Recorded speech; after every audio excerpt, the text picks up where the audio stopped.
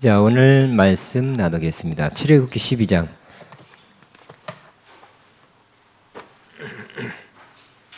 (5절에서 8절) 출애굽기 15장 5절에서 8절입니다.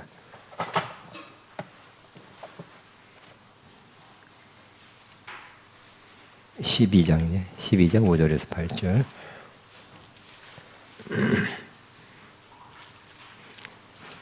시작.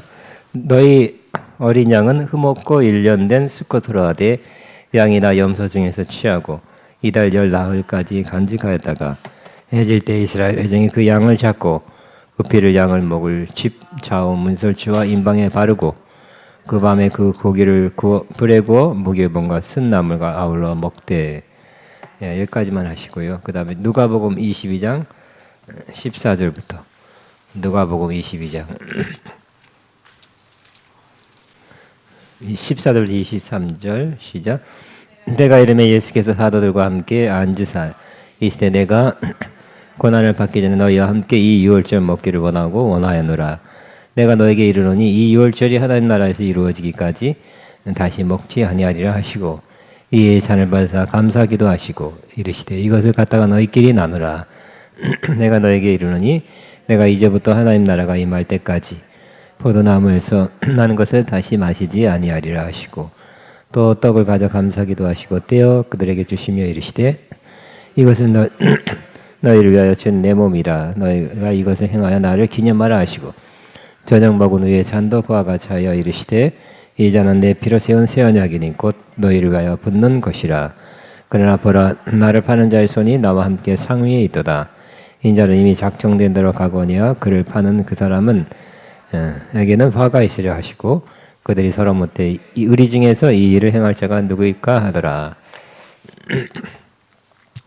우리 지난 시간에는 우리가 유월절의 의미에 대해서 나눴습니다. 유월절이 이스라엘의 절기 중에 가장 큰 절기고 또 구속, 구원을 상징하기 때문에 가장 중요하다고 생각해서 짧은 시간, 뭐 1시간이지만 짧게 축약해서 나눴습니다. 근데 또 오늘 이 시간에는 유월절 식사, 지난 시간에는 출애굽기 12장에 있는 그 원형, 오리지널 유월절이 어떻게 생겨나는지를 보면서 유월절이 이러한 의미다, 이러한 의미가 있다는 것을 찾아서 다시 한번 나눴습니다. 주로. 그렇지만 오늘은 유월절 식사, 왜 유월절 식사에 나타난 좋은 영적 진리를 나누냐면 유월절은 이스라엘이 꼭 예루살렘에 올라가서 지켜야 됐습니다. 다 올라갔어요. 일주일 동안 지키고 오는데 그러니까 이 예루살렘 바글바글 하겠죠. 절기 때는. 그래서 한 달 전부터 성전 청소하고 거리 길 닦고 여러 가지 준비를 한답니다. 근데 유월절 시작되면 또 각 가정에서 양을 잡아 하나님께 바치며 속죄 제물도 드리는. 지난 시간에는 민수기를 보면서 거기 어떠한 제물을 드려라 하고 그 제물 중심으로, 민수기는 제물 중심으로 나왔고요. 출애굽기는 그 원형이 나와 있고, 그러니까 이 똑같은 유월절도 여러 군데 조금 각도를 달리해서 필요한 부분을 조명해서 말씀하고 있습니다. 근데 요세푸스라는 역사가에 의하면 이 유월절에는 보통 양을 잡아 제사를 드리는데 25만 6천 마리가 잡혀진대요. 25만 6천 마리가 잡혀지면 여기는 안 나왔지만 그때 시냇물이 흐른대요. 무슨 시냇물이겠어요? 피의 시냇물이 흐른다. 참 가관이. 저는 참 그냥 양이 아무리 반발하지 않고 발악 안 하대요. 막 그래도 깍 하고 죽을 거 아니에요. 나는 그 재상은 못하겠어. 근데 AD 70년에 이스라엘 성전이 파괴됐죠. 또 그 전에도 파괴됐어요. 그 전에도 솔로몬 성전 파괴됐고 또 조금 스룹바벨 성전 세워졌지만 또 파괴되고 헤롯이 또 세워졌지만 그나마 AD 70년에 파괴됐습니다. 그래서 제사는 어디서 지내야 돼요? 내 이름을 둔 곳에, 즉 성전에서 드려야 되거든요. 동의하십니까? 성경이 있기 때문에 그런 거고요. 갑자기 가정제단이 생각나서 그 성전에서 제사를 드리는데 이 성전이 파괴됐기 때문에 이스라엘 사람들은 성전에 모여서 제사를 드릴 수 없었습니다. 그래서 각 가정에서 제사를 드리지 않고 유월절 식사를 했던 거예요. 그러니까 이스라엘은 그러니까 성전이 없기 때문에 그러면 신앙 활동은 어떻게 해요? 회당에서 하고 유월절은 어떻게 지내요? 각 가정에서. 유월절만 되면 각 가정에서 아버지가 중심돼서 유월절 식사를 하면서 그래서 여러 가지 의미를 이렇게 되새기면서 정해진 그러한 순서에 따라서 유월절 식사를 하면서 유월절을 다시 한번 되새기는 것입니다. 또 기념하고 교훈을 나누고 하는 것을 합니다. 그래서 유월절 하기 위해서 이스라엘 가정에서 뭐부터 해야 되냐면 기록되어 있습니다. 혹시 여기 필요한 사람은 손 들면 나눠주실 것입니다. 집안에서 누룩을 제거하는 거예요. 누룩 제거하는 것은 그냥 내가 하고 싶어서 하는 게 아니라 출애굽기 12장 15절에 하나님께서 말씀했기 때문에 그런 것입니다. 뭐라고 말씀하냐면 15절에 시작. 너희는 이레 동안 무교봉을 먹을지니 그 첫날에 누룩을 너희 집에서 제하라. 무릇 첫날부터 일곱째 날까지 유교봉을 먹는 자는 이스라엘에서 끊어지리라. 아주 세게 강하게 말씀했죠. 유교병, 누룩을 넣어서 만든 빵을 평상시에 먹지만 그래 불려지죠. 빵과 텔입니다. 근데 그것을 안 넣으면 어떻게 될까요? 부풀어 오르지 않고 빵 같지 않고 맛도 없고 그럴 거예요. 그걸 먹으래요. 먹으면 좋다, 먹으면 좋겠다가 아니라 반드시 먹고 맛없어 하고 또 유교병을 먹는 자는 이스라엘에서 끊어진대요. 그러니까 확실하게 주님께서 말씀했기 때문에 엄히 말씀한 거를 지킬 수밖에 없었어요. 그래서 집에서 뭐부터 하냐? 이스라엘 사람들은 이 누룩 제거부터 하는 거예요. 또 누룩이 또 들어가서 먹으면 어떻게 될까요? 나도 모르게 들어가서 먹으면 끊어지기 때문에 집에서 누룩 제거하는 청소부터 한다고 합니다. 그래서 누룩의 흔적을 하나도 남기지 않기 위해서. 그러니까 이스라엘 집에서 하는 거예요. 상징적인 행사. 집안 대청소하고 지금 카펫도 청소하고 막 너무 낡은 거는 또 교체하고 그릇 접시 냄비 다 꺼내서 다 청소하고 온통 다 대청소하는 거예요. 누룩 때문에 하는 거예요. 누룩 없으려고. 누룩의 흔적도 없애려고. 그리고 이 유월절 전날 누룩을 제거하는 일이 절정에 이른답니다. 그래서 이를 위해 세 가지 일을 한답니다. 각 가정마다 누룩을 찾아 제거하는 의식을 하고요. 유월절 전날 집안 아버지는 누룩이 든 빵 부스러기를 숨겨놓고 찾게 하는 그 일도 한답니다. 매년 그렇게 한대요. 또 그런데 둘째는 찾지 못한 누룩은 뭐라고 그래요? 열심히 찾았는데 찾지 못했어요. 여기 보면 열 몇 개를 이렇게 10개에서 12개 정도 빵 부스러기를 누룩 드는 걸 숨겨놨는데 찾다가 어떻게 된 게 어디 가서 숨었는지 한 개가 두 개가 안 나왔어요. 그럼 어떻게 될까요?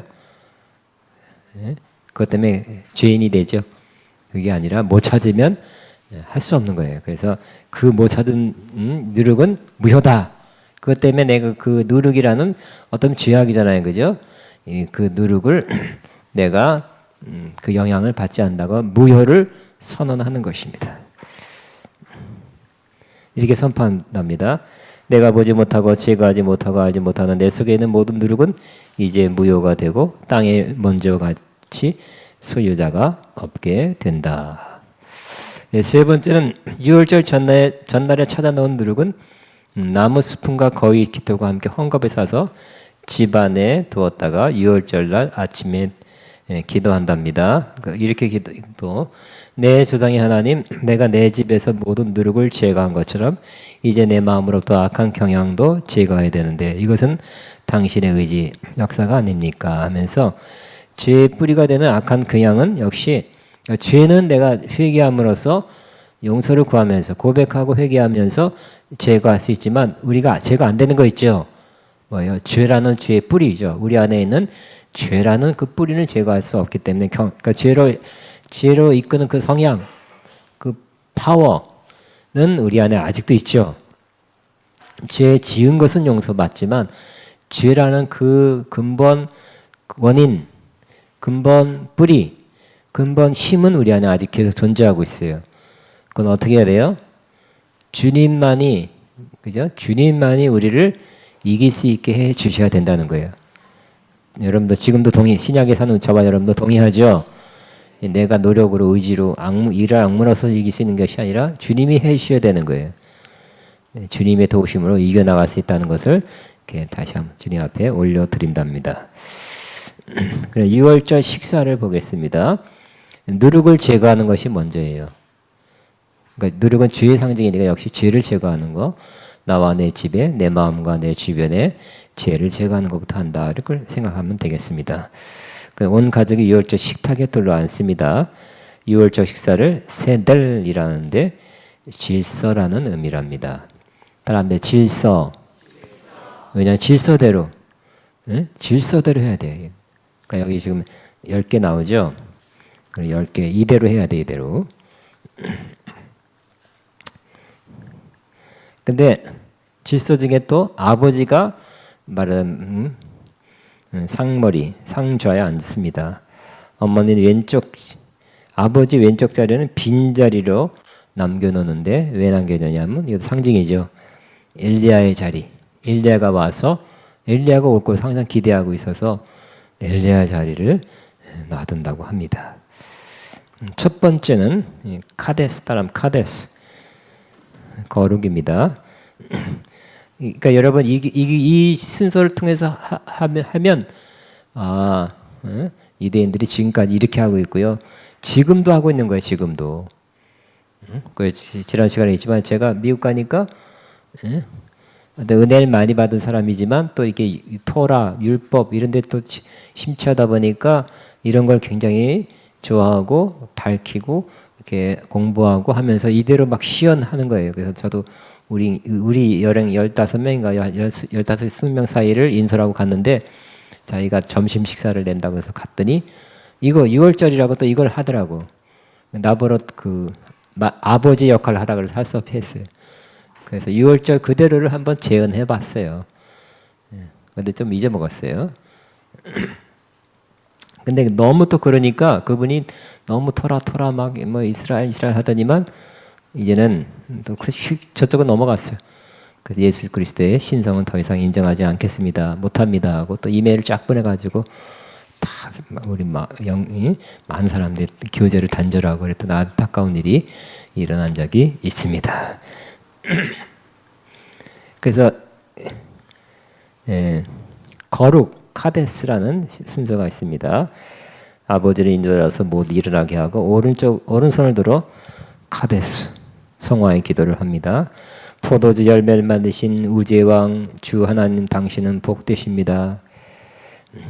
세상 만민 가운데 당신을 위하여 우리를 선택하신 주 하나님은 복되십니다. 뭐 주시옵소서가 아니라 하나님 자신이 복되신 분이라고 이렇게 우리에게 이런 좋은 일을 해주셨기 때문에 복되십니다.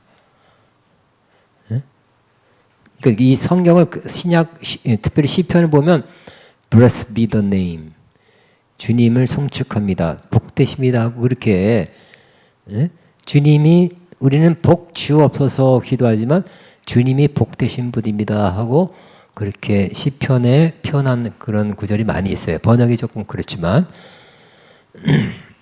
주님은 주님은 복되십니다. 그러니까 주님이 얼마나 이런 은혜로 이런 걸 베풀고 저렇게 베풀고 창조하시고 주님은 복되신 분입니다 하고 그렇게 그게 더 아름답죠, 그죠? 주 하나님 당신은 복되십니다. 잔을 마실 때는 왼쪽으로 기대서 마십니다. 왜 왼쪽으로 기댈까요? 이는 그들이 얻은 해방과 자유를 편안한 자세로 앉아서 기념하고 축하하는 것을 상징하기 때문에 그렇습니다. 그런데 여러분 잘 알 것은 예수님이 오자마자 율법 시대가 끝났고 은혜 시대가 시작됐습니까? 그건 아니죠. 예수님이 올 때 율법 아래 태어났어요. 그리고 율법 시대를 살아가신 거예요. 율법을 지켰어요. 그리고 율법의 완성은 십자가에서 했어요. 그렇기 때문에 그때까지는 예수님의 생애 동안은 율법을 지키며 살았다니까요. 그렇기 때문에 예수님과 예수님의 제자들은 이 유월절 식사를 하신 거예요. 그대로. 유대인들이 하는 그대로 한 거예요. 그 예수님과 최후의 제자들의 최후의 만찬에서 나타납니다. 예수님이 사랑하는 요한이 예수님의 품에 기대어 있는 모습을 볼 수 있습니다. 그죠? 이것도 유대인들의 관습이에요. 유대인들의 관습에 의하면 뭐 제일 사랑하니까 우리는 옛날에 이렇게 설교 들었는데 유대인의 관습에 의하면 그 중에서 제일 어린 자가 기대한다고 말하고 있습니다. 그때 첫 번째 어떤 잔? 거룩의 잔을 마시는 거예요. 그러니까 뒤에까지 보면 포도주 잔이 4번 나와요. 좋겠습니까? 근데 그 당시에 포도주 잔은 다 마시는 건 아니었을 거고요. 지금처럼 도수가 센 게 아니라 물보다 조금 더 이렇게 하는 거니까 음료수 비슷할 것입니다. 그 두 번째는 거룩한 잔을 마시고 두 번째 울하트 손을 씻는 거예요. 그래서 가족 중에 한 사람이 손을 씻을 수 있도록 물주전자와 대야와 수건을 식탁에 둘러 앉아있는 가족들에게 가져다 줍니다. 손을 씻는 것은 정결케 함을 의미합니다. 예수님도 최후의 만찬에서 물주전자와 대야와 수건을 가져다가 직접 씻어 주었습니다. 예수님은 손이 아니라 발까지 씻어 주었죠. 그러니까 예수님은 어떤 면에서는 유월절 율례를 지킨 거예요. 그렇지만 예수님은 그냥 율법을 지켰다는 정도가 아니죠. 항상 그 의미, 더 깊은 의미를 행하셨어요. 항상 더 깊은 차원으로 나가신 거예요. 그리고 앞으로 어떤 사역을 해야 될 것인지 먼저 보여주시고 제자들 너희도 나와 같이 그렇게 하라고 영적인 더 깊은 차원. 이제 이러한 의식은 율법으로 행하는 발 씻는 거 이런 건 안 해도 돼요. 세속식 해도 되고 안 해도 되는 거예요. 그렇지만 영적으로는 사역적으로는 더 깊은 차원에서 이루어져야 된다고 말씀하신 것입니다. 세 번째는 카르파스. 시작. 카르파스. 푸른 채소라 합니다. 카르파스는 파슬리와 같은 푸른 채소를 의미합니다. 이 카르파스를 먹는 시간이 되면 아버지는 축복기도 합니다. 땅의 농산물을 창조하신 우리 우주왕 우리 주 하나님은 복되도다. 축복 기도를 하고 나서 아버지는 카르파스를 소금에 찍어서 가족들에게 주고 자기 자신도 먹습니다. 소금물에 2번 찍습니다. 이 소금물은 옛날 조상들이 노예 시절에 당했던 고난과 눈물을 상징합니다. 카르파스는 봄과 재생을 의미합니다. 출애굽 때에도 실제로 봄이었고 출애굽을 통해서 이스라엘 국가가 탄생했기 때문입니다. 그러니까 여기 요한복음 13장 26절이 바로 그런 거였답니다. 시작.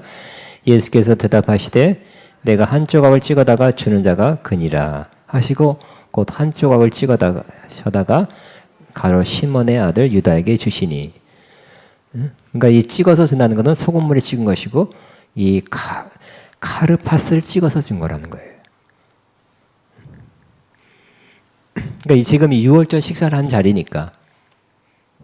네 번째 야하츠. 시작. 야하츠. 무교변 빵을 조각 낸 겁니다.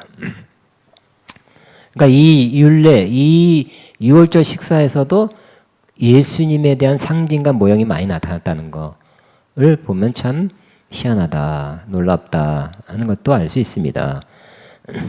자, 무교본 빵을 조각낸 것을 야하치라는데요. 이 유월절 만상상에는 누룩이 들어가지 않은 빵인 무교병 마초트 3개가 놓여 있습니다. 잘랐어요. 자, 3개의 무교병은 삼위일체 즉 성부와 성자와 성령을 나타낸다고 유대인들은 해석합니다. 그 중에 가운데 조각을 취합니다. 가운데 조각은 성부, 그 다음에 성자, 그렇죠? 예수 그리스도에 해당됩니다. 이 빵을 둘로 나누어서 그 중에 큰 조각은 그러니까 그 가운데 조각을 빼내 그걸 잘라 큰 거는 내푸근에 싸서 베개 아래 묻어 놓습니다. 나머지는 가족끼리 서로 나누어 먹습니다. 그 다음에 5번째 순서는 마기드 따라합니다. 마기드 출애굽을 이야기하는 겁니다. 마기드는 출애굽 사건을 이야기하는 사건입니다. 이때 2번째 포도주 잔을 돌립니다. 이 잔은 교훈의 잔 따라하면 교훈의 잔. 아까 첫 번째는 무슨 잔이라고요? 거룩의 잔. 네 번의 잔을 마셨어요. 자녀들에게 출애굽 사건에 관한 이야기를 하면서 나누는 잔이기 때문입니다. 이 순서에 아버지의 오른편에 앉아있는 가장 어린 아이가 자녀를 대표해서 유월절에 관한 질문을 합니다. 그러니까 질문도 나와 있어 4가지. 뭐 아닙니까? 뭐입니까? 뭐예요? 이렇게 물어보는데 그 기본적인 출애굽의 의미를 물어보는 질문을 하면 거기에 대해서 아버지가 답변해지는 질의응답식이에요. 질의응답식. 아버지 일방적으로 가르치고 말씀하는 것이 아니라 항상 이스라엘의 공부법이 탁월하다 하잖아요. 그 중에 하나가 질의응답식이라는 거예요. 그 질의가 또 나와 있어요. 애들이 뭘 알겠어요. 4가지 중요한 질문을 이렇게 4가지 하고 아빠 뭐예요? 그러면 그거다 하고 대답해. 2번째 뭐예요? 무슨 의미가 있습니까? 이거다 하고 그러면서 질의응답식으로 출애굽 의미를 가르쳐 주는 것입니다.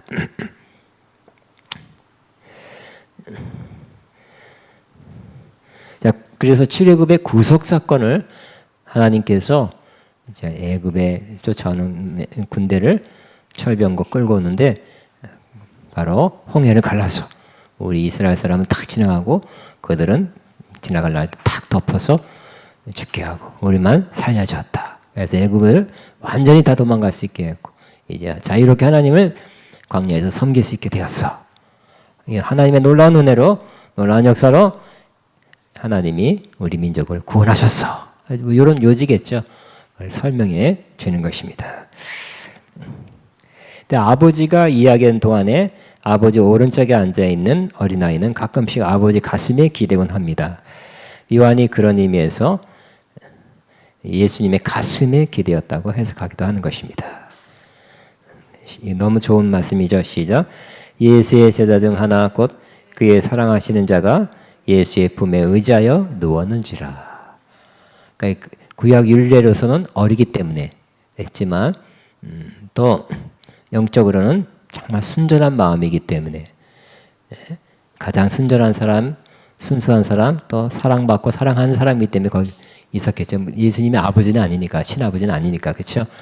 예수님은 항상 요한복음 보면 주께서 사랑하는 자, 자기가 썼으면서 이렇게 표현했어요. 아마 자부심을 가졌던 것 같아요. 확신을 가졌던 것 같아요. 주께서 사랑하신 자. 요한을 자기를 그렇게 표현하고 있어요. 그러니까 사랑하는 자, 순전한 자, 어린아이같이 순전한 자인 요한이 오른쪽에서 기대었다는 것이죠. 자, 마기드 동안에 출애굽 이야기하는 동안에 2번째 포도주 말씀입니다. 출애굽 이야기 끝나면 시편 113편, 114편의 할렐이라는 시편을 부릅니다. 그러니까 이때도 정해진 시편이 있는데 113편, 114편이에요. 6번째 순서는 뭐 다 잊어먹을 거니까 그냥 한국말만 손을 씻음 시작. 손을 씻음, 축복기도, 무교동 먹음, 쓴나물 먹음, 무교병과 쓴나물 함께 먹음. 그다음 마지막은 실턴 오레이크, 실제 식사 시간이 이렇게 이어지는 것입니다. 요 단계를 다 거쳐요. 그러니까 실제 식사 시간 전에는 어떤 형식이죠. 의미를 생각하면서 이렇게 처음에는 손을 씻고 손당에다 때가 묻어 쓰는 게 아니라 신앙적으로 씻는 거야. 이게 그치? 그러니까 유대인들은 항상 물도 뭐 이렇게 항아리, 응? 요 뭐죠? 요한복음 2장에 가나의 혼인잔치에서도 항아리가 있었다. 이거 다 때가 묻어 쓴 게 아니라 내 자신을 항상 깨끗하게 하기 위해서. 그러니까 신앙적으로 그런 물 많이 있었습니다. 그다음에 축복기도 하고요. 무교병을 먹었다 그랬어요.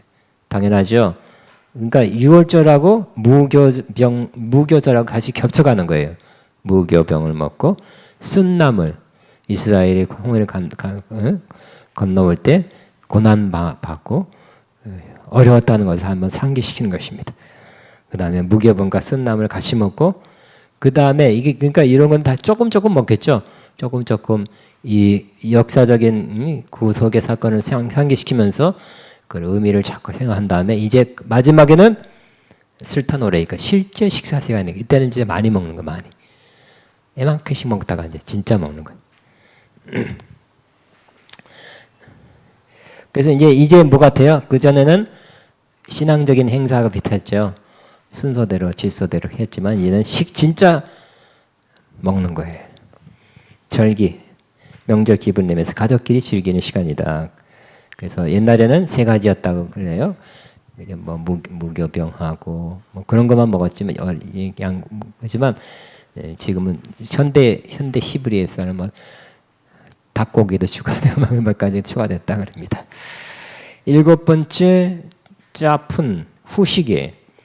근데 그냥 우리가 먹는 아이스크림 먹는 후식이 아니라 엄숙한 후식의 시간입니다. 자, 숨겨뒀던 조각 중 반쪽을 짜푼 시간에 꺼내요. 식구들이 나누어 먹습니다. 이 가운데 조각 반쪽은 그러니까 아까 가운데 조각만 딱 빼서 잘라서 큰 거는 감춰놨죠. 베개 밑에라든지 이걸 다시 마지막에 꺼내서 또 가족들이 먹는데 이것은 뭘 상징하는 거라고요? 예수님의 몸이 십자가에서 찢겨진 것을 상징하는 거예요. 근데 이거는 우리 개신교 쪽이 목사님들이 쓴 책이라 그런 입장이지만 유대인들은 그렇지 않을 수 있어요. 해석을. 그러나 이런 율례가 만들어진 건 뭘까요? 하나님의 섭리하에서 예수님을 이렇게 나타내도록 하나님이 이렇게 정한 거예요. 섭리로. 놀랍죠? 항상 그러니까 성경이 누구에 대해서 얘기하는 거라고요? 예수님. 그러니까 이러한 율례도 예수님을 보여주도록 하나님이 섭리하셨다는 것을 알 수 있어요. 그 가운데 자체가 성부 성자라는 의미고 반 숨겨도 그걸 뜯어서 잘라서 먹을 때 예수님의 십자가에서 그 몸이 찢겨서 죽을 것을 상징으로 보여준다는 것이. 또 무교병 중 큰 덩어리를 내쁘게 싸는 것은 십자가에서 운명하신 예수님을 세마포에 싸는 것을 상징하고요. 쌓인 무교병 반적이 베개 밑에 놓인 것은 세마포에 쌓인 예수님의 몸이 아리마다 요셉의 묘지에 묻히는 것을 상징한다고 볼 수 있습니다. 내프기는 벗기는 것은 무덤에서 부활하신 예수님을 상징한다고 볼 수 있고요. 내프기는 벗기고 난 후에 그 무교병을 나눠 먹는 것은 바로 하나님이신 생명의 떡이신 예수 그리스도를 먹는 것을 상징하는 것. 또 좀 놀랍죠, 그죠? 어떻게 이렇게 딱 예수님의 사건하고 들어맞았을까 하고 좀 놀라움을 금할 수 없게 됩니다. 8번째는 마라이크, 즉 구속의 잔이. 세 번째 포도주를 잔을 마시는데 구속의 잔을 마신다. 고린도전서 10장 16절에는 구속의 잔이라고 번역을 했습니다. 또 시편 116편 13절에는 기쁨의 잔으로 이렇게 표현됩니다. 그 분위기가 같이 시편 116편 13절에 있습니다. 시작. 내게 주신 모든 은혜를 내가 여호와께 무엇으로 보답할까?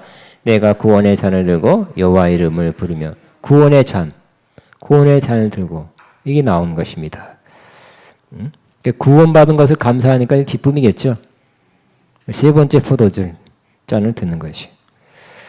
근데 이 최후의 만찬에서도 제자들과 예수님이 바로 이 구속의 잔을 마시는 장면이 나온다는 것이에요. 예수님께서 저녁 먹은 후에 잔도 이와 같이 가라사대 이 잔은 내 피로 세우는 새 언약이니 너희를 위하여 붓는 것이다.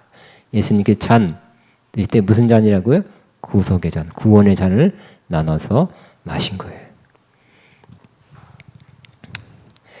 그 다음에 9번째 할렐 시편 읽는 거예요. 자, 네 번째 잔을 마신 후에 할렐의 뒷부분인 115편, 118편을 읽습니다. 아까는 그 앞에 부분을 읽었죠. 두 개를. 그러니까 시편 중에 113, 114, 115, 116, 118까지가 할렐이라고 합니다. 그래서 이 잔은 찬양의 잔 또는 영접의 잔이라고 합니다. 그래서 예수님께서도 네 번째 잔을 나눠 마셨어요. 이것이 바로 찬양의 잔, 할렐에 해당되는 시편과 함께 마시는 잔입니다. 자, 저녁 먹은 후에 그와 같이 여기 똑같은 거 써놨네요. 자, 예수님은 유월절 식사를 나눌 기회가 없을 것이라고 했습니다. 잡히시고 십자가에 죽으실 것이기 때문입니다. 그리고 완성된 천국에서 온전한 잔치를 가지게 될 것이다. 그러니까 예수님은 시간적으로는 마지막 최후의 만찬을 하고 십자가에 돌아가실 거죠. 더 이상 이 땅에서 육신을 입고 계시지 않을 것이고 내년 유월절을 지낼 수 없어요. 그런 면에서는 예수님이 십자가에 죽으실 것을 이렇게 미리 예고하신 것이지만 또 어떤 면에서는 영적으로는 그럴 필요가 없다는 걸 말씀하신 거예요. 이제 이 놀라운 유월절 식사도 어떻게 된다고요? 끝난다. 마감된다고 말씀하시는 거, 미리 말씀하신 것입니다. 그래서 이제 예수님께서 이제 이 땅에서 전혀 마시지 않겠다 그랬어요. 그래서 언제 다시 마신다고요? 다시 누가복음 22장 다시 돌아오겠습니다. 누가복음 22장.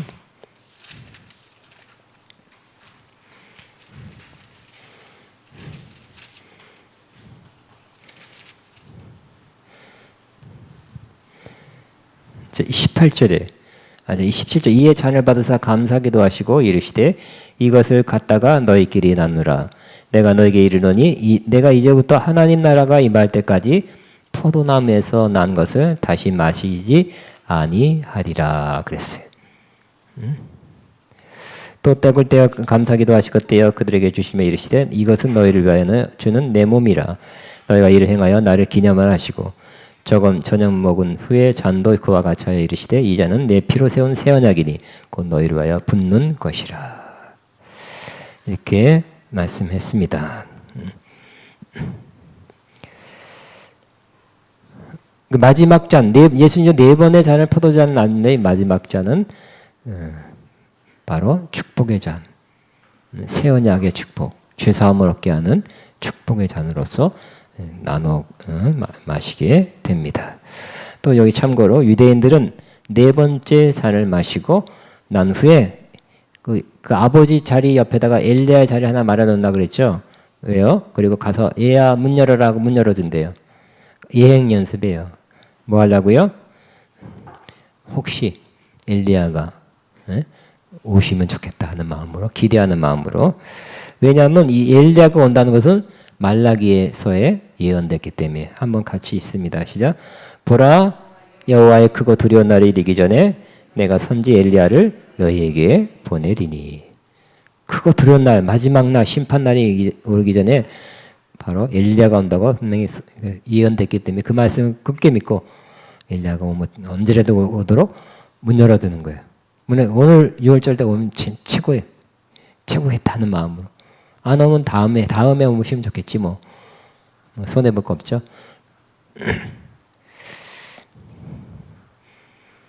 자, 근데 유대인들이 네 번의 포도주를 마신 것은 왜 그럴까요? 출애굽 당시에 하나님의 구속 계획이 네 가지로 표현으로 나타났기 때문이라고 그렇게 해석합니다. 출애굽기 6장 6절에서 7절. 읽지 않겠습니다. 자, 10번째는 나르자, 마감입니다.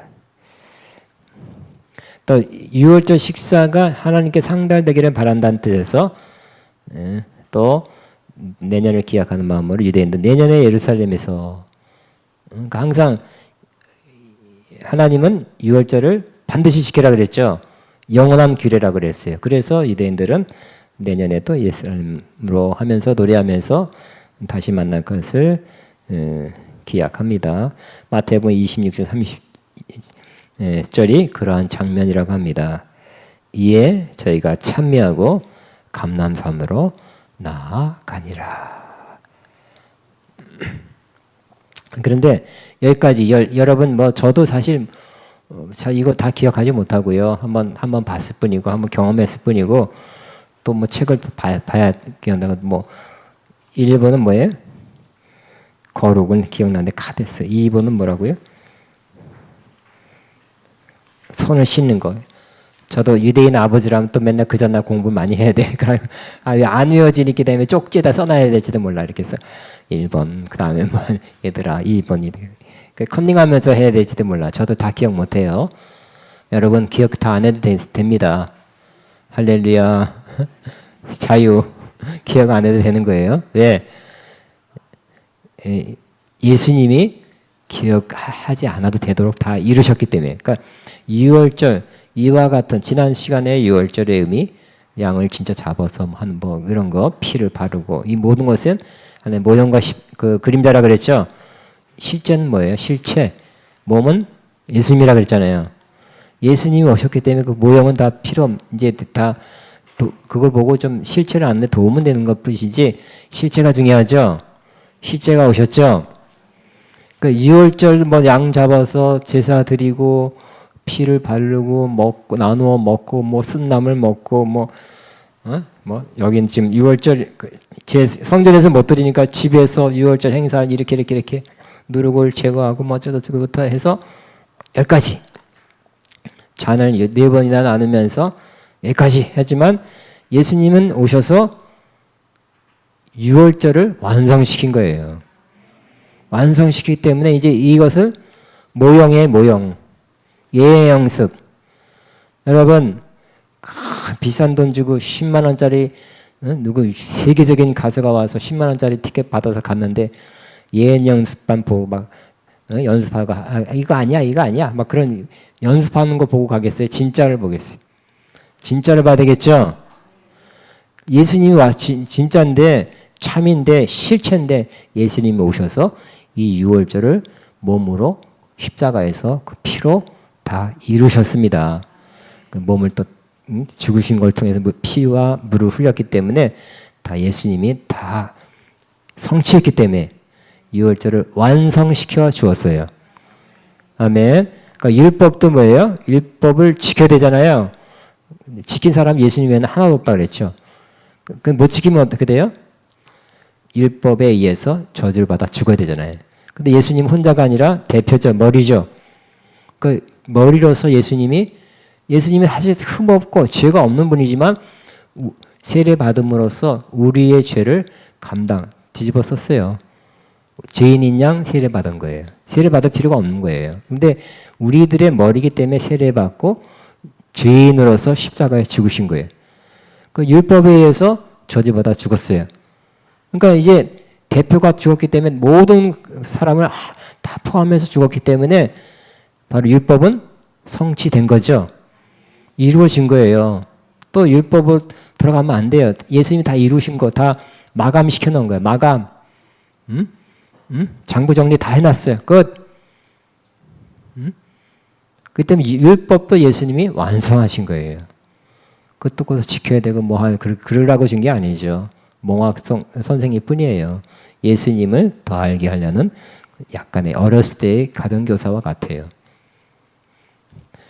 율법 전체가 그렇고요. 또 구체적으로 유월절도 예수님이 유월절 어린 양으로 오셔서 예수님이 죽으실 때가 그 시간이 그 당시에 성전에서 제사 드릴 양이 잡혀진 시간 그 딱 맞춰서 죽었대요. 그러니까 예수님이 죽는 순간까지 율법을 다 지킨 거예요. 시간 맞춰서 죽어 어떻게 죽기도 어려요. 그 시간에 맞춰 다 죽어서 예수님이 율법을 특별히 유월절을 완성했기 때문에 우리가 해야 될 일은 이거 10번 집에 가져가서 써가지고 여러분 남편한테 가서 이대로 합시다. 유월절 날 히브리 달력 가지고 와서 이대로 1번 뭐더라? 카데스 거룩 2번 울 하트 손을 씻는 거 푸른 채소 소금물에 찍어서 이렇게 하는 거 다 의미는 있지만 필요 없는 것이 됐다는 거예요. 필요 없게 됐습니다. 주님이 완성했기 때문에 필요 없게 됐어요. 그런데 여러분이 또 제가 미국의 어떤 그분이 율법을 너무 많이 공부하고 사랑하고 하다 보니까 너무 이런 데 치중해서 자꾸 제언을 하고 유월절을 기다리면서 유월절 준비를 하고 유월절 제언하고 하다 너무 그렇게 하다 보니까 아예 기독교에서 유대교로 가는 사람도 있어요. 유대교에서 기독교로 넘어간 사람도 있고 너무 토라 이스라엘 몸 하다가 지금도 유대교 또 토라 많이 공부한 사람 이스라엘 좋아하는 사람들이 또 이런 걸 자꾸 재현을 해. 재현해서 죄락은 할 수 없어요. 여기 의미가 있는 거니까 의미를 찾아서 아 이런 의미였구나 이런 걸 상징으로 보여줬구나 와 놀랍다 그러면 좋지만 이걸 해야 된다고 한다면 땡 틀렸습니다. 안 해도 됩니다. 안 해도 됩니다. 그래서 여러분 유대교 지금도 우리나라도 지금 옛날에 우리 어렸을 때는 기독교 주로 기독교하고 천주교만 군종 목사님이었는데 요즘은 기독교, 천주교, 원불교 무슨 스님 또 뭐 이상한 종교까지 다 또 요구를 해가지고 분배를 해놨어. 그러니까 군종 목사님이 굉장히 적어졌어요. 우리 할당 부분이 별의별 종교가 다시 그 군종 장교로 있어요. 만약 미국 같은 데 또 유대교도 한 자리 차지하고 있어요. 유대교 군종 목사님 찾아가면 또 이것도 지금도 한다니까요. 그래서 그러니까 이런 걸 또 공부하면 우리가 신학교 때 못 배웠던 거, 이런 건 저도 사실 뭐 신학교 때 배우지는 않았어요. 못 배웠어요. 근데 새롭잖아요, 그죠? 이스라엘 공부 많이 해야 되겠네. 또 공부해서 또 그 상징과 모형으로 우리가 보여주는 것도 있죠. 그렇지만 꼭 알아야 된다는 것만은 아니에요. 예수님이 유월절 완성했기 때문에 우리가 해야 될 건 뭘까요? 유월절이 뭐로 대치가 됐어요? 성찬식으로 대치된 거예요. 성찬식으로. 응? 예수님은 간단하게죠. 간단하게 떡을 가지고 이것을 받아 먹어라. 이것은 너희에게 생명을 주는 내 몸이다. 잔을 포도주잔을 주면서 이것은 너희 죄사함을 얻게 하는 언약의 피다. 성찬식으로 대치가 된 것입니다. 그럼 우리는 이걸 혹시 알아도 좋은 거지만 몰라도 돼요. 10가지. 뭐에 포커스를 맞춰요? 예수님의 포커스, 예수님의 구속. 포커스를 맞춰서 내가 성찬을 들 때 뭐라고요? 빵을 들 때, 떡을 들 때 예수님의 몸입니다. 나에게 영생을 주는 예수님의 몸입니다. 포도주잔을 들 때 내게 죄사함을 주시는 새 언약의 피입니다. 이때까지는 무슨 언약이었어요? 모세의 율법은 다 옛 언약이에요. 옛날 약속, 옛날 계약서 다 어떻게 돼요? 그대로 해야 돼요? 아니면 지금 두 개 다, 어떤 사람 두 개 다 하더라고요. 옛날 언약, 새 언약. 계약서 썼는데 어떤 옛날 계약서도 지켜야 되고 새 계약서도 지켜야 돼요? 우리 집 여기 임대하는데 계약서가 몇 개 있더라고 보니까 그때마다 조건이 틀려. 널 얼마씩 내라 그러는데 옛날 걸대로 내야 돼요. 지금 새로 계약 맺은 것대로 해야 되니까 새로 계약대로 해야죠. 그래서 옛날 거대로 한다면 안 돼요. 그죠? 새로 계약 맺었으면 그 계약 새 계약대로 해야 돼. 예수님이 새 언약의 중보자예요. 모세는 옛 언약의 중보자고요. 새 언약이 훨씬 차원이 더 높은 우리에게 훨씬 더 쉽고 좋은 언약을 예수님 피를 흘려서 맺어 주셨어요. 우리는 새 언약의 백성이고 새 언약 아래에 있습니다. 구약 때는 내가 행함으로 지킴으로 의롭다 안 받고 구원받아. 지금은 지키지 않고 그냥 예수님이 지켜주셨고 난 믿는 거예요. 얼마나 쉬워요. 믿음으로 받아들이는 거예요. 우리가 못하는 게 예수님. 그러니까 예수님이 우리를 위해서 뭘 해주셨나를 알고 믿음으로 받아들이는 게 새 언약이에요. 그러면 많은 우리가 정말 진정으로 필요한 것들을 우리가 받게 되는 거예요. 구약은 내가 지켜서, 내가 행해서, 내가 하지 말 거 안 해서 옛 언약 상태를 유지해야 되는데 이스라엘이 이 계약을 깼죠. 깼어요. 파악이 됐어요. 새 언약을 줄 것이다. 우린 지금 새 언약에 있는데 예수님이 하셨어요. 예수님이 끝냈어요. 예수님이 하신 것을 감사합니다. 알고 믿음으로 받아들여서 새 언약에서 우리에게 주시는 많은 것들을 누리며 살게 되시기 바랍니다. 아멘. 뭐 어떤 노래를? 네? 어린 양의 흔. 아까 우리 한 번 더 합시다. 저기 지난번에 했던 거. 유월절 어린 양의 피로 이거 한 번 더 하고 그 다음에 어린 양의 피는 그 다음에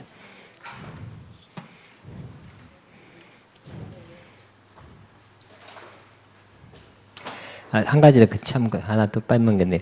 우리가 6월절은 과거에 이루신 구원에 대한 감사죠. 그러나 이 예수님의 그 성찬은 과거뿐만 아니라 또 한 가지 추가되는데 바로 그 앞으로 이루어져. 예수님께서 뭐라 그랬어요? 내가 하나님 이제부터 하나님 나라가 임할 때까지 포도나무에서 난 것을 마시지 아니하리라. 앞으로 그 하나님 나라가 임하면 마실 거라는 거죠. 그러니까 앞으로 어떤 6월절 큰 잔치처럼 큰 잔치가 있을 거라는 것을 예고하신 거예요. 우리가 있을 정말 똑같은 6월절은 아닌데 제가 믿기는 많은 사람이 또 해석하기를 이 잔치는 큰 잔치는 어린 양의 혼인잔치다고 해석하는 겁니다. 아멘. 성찬은 과거에 구원받는 걸 감사, 앞으로 우리에게 임할 어린 양의 혼인잔치, 그 소망을 감사하는 것입니다. 자, 시작하세요.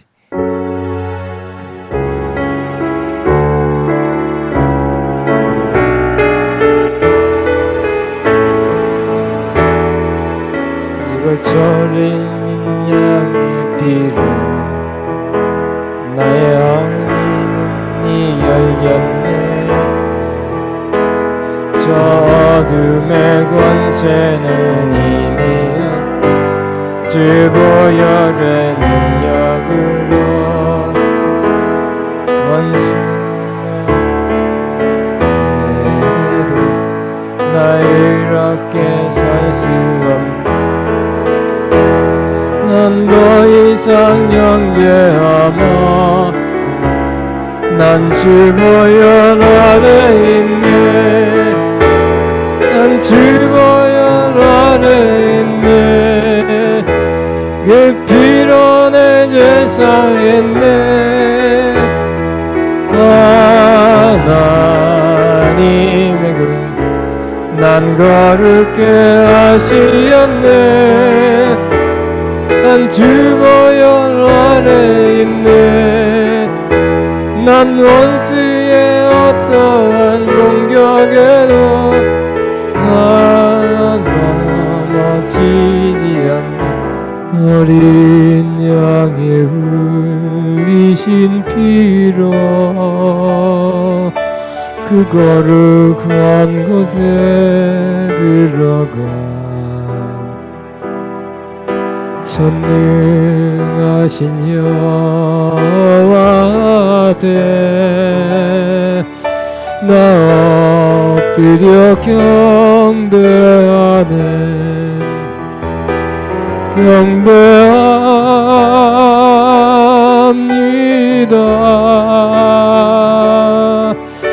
나의 주님 경배합니다.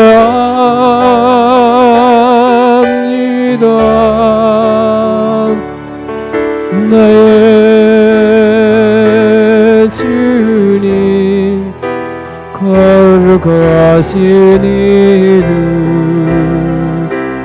높이